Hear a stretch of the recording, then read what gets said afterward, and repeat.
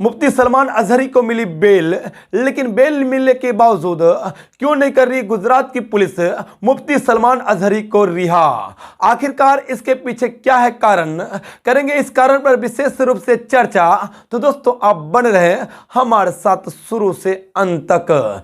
जी हां दोस्तों, आपको बताता चलूं, मुफ्ती सलमान अजहरी साहब को हेट स्पीच में गिरफ्तार किया गया था। लेकिन कहीं की दोस्तों आपको बताता चलूं, जिस बुनियाद पर मुफ्ती सलमान अजहरी को गिरफ्तार किया गया था, कहने की वो बेबुनियाद कहने की इल्जाम लगाया गया था, जिस पर कहने की मुफ्ती सलमान अजहरी साहब को बेल मिल चुकी है। लेकिन दोस्तों आपको बताता चलूं, गुजरात की निकम्मी सुशासन मुफ्ती सलमान अजहरी साहब को बेल मिलने के बावजूद रिहा नहीं कर रही है। दोस्तों आपको बताता चलूं, अगर भारत की सियासी गलियारों में कोई मुस्लिम रहनुमा या फिर मुस्लिम मौलाना कुछ बातें कहने की कायदे में रहकर अगर बोल देते हैं, फिर भी उनके ऊपर कहने की इल्जाम लग जाते हैं, उनके ऊपर एफआईआर दर्ज हो जाते हैं और उनको कहने की ये भारत की निकम्मी सरकार गिरफ्तार कर लेती है। लेकिन दोस्तों आपको बताते चलूं, बीजेपी के बड़े बड़े हिंदू नेता और आरएसएस के बड़े बड़े हिंदू नेता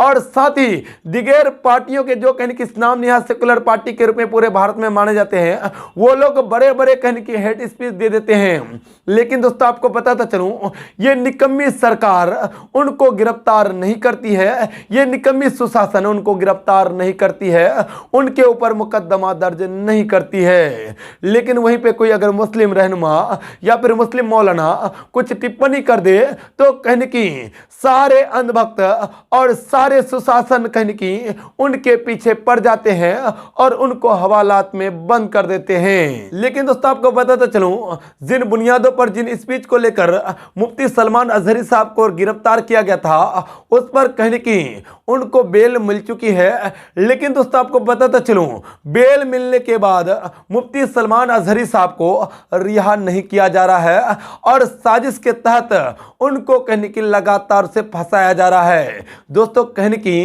इन सबों का कारण हम लोग ही हैं, जो कहने की लगातार से दूसरों की गुलामी करते हैं, दूसरों की चाटुकारिता करते हैं, दूसरे के तलवों को चाटने का काम करते हैं। लेकिन कहने की हम लोग अपनी आवाजों को बुलंद नहीं करते हैं। कभी जेडीयू की गुलामी करते हैं, तो कभी आरजेडी की गुलामी करते हैं, तो कभी बीजेपी की भी गुलामी कर बैठते हैं, जिस वजह से कहने की जिसका खामियाजा हमारे बड़े मौलानाओं को और बड़े बड़े रहनुमाओं को कहने की भुगतना पड़ रहा है। और कहने की दोस्तों आपको बताते चलूं, खास तौर से बात करें अगर बिहार की, तो बिहार में भी आपको कहने की ऐसे ऐसे जेडीयू और बीजेपी के कहने के अंधभक्त मिल जाएंगे, जो कहने की मुस्लिम होने के बावजूद उनको कहने की खुलकर समर्थन कर रहे हैं। और यही पार्टियां आगे जाकर कहने की बीजेपी को सपोर्ट करके बड़े बड़े मौलाना को कहने की झूठे आरोपों में जब कहने की उनको गिरफ्तार किया जाता है, तो कहने की पीछे से पिछले दरवाजे से वोट कर देते हैं।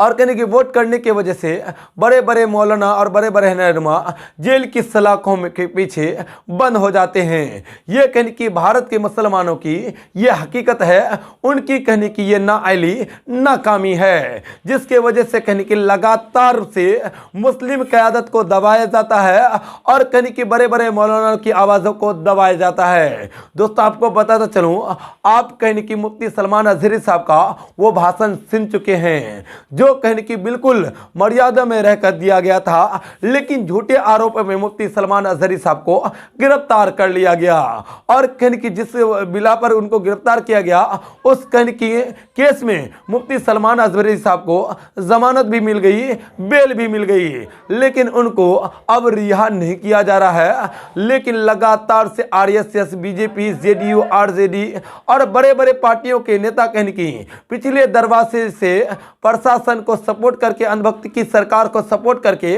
कहने की इसको जेल में रखने को लेकर प्लानिंग कर रहे हैं। लेकिन दोस्तों आपको बताता चलूं, सभी मुस्लिमों को अब कहने की जगना होगा, अपनी सियासी प्लेटफॉर्म में आना होगा, अपनी क़यादत को मजबूत कर उनको कहने की रिहा करने के लिए आगे आना होगा।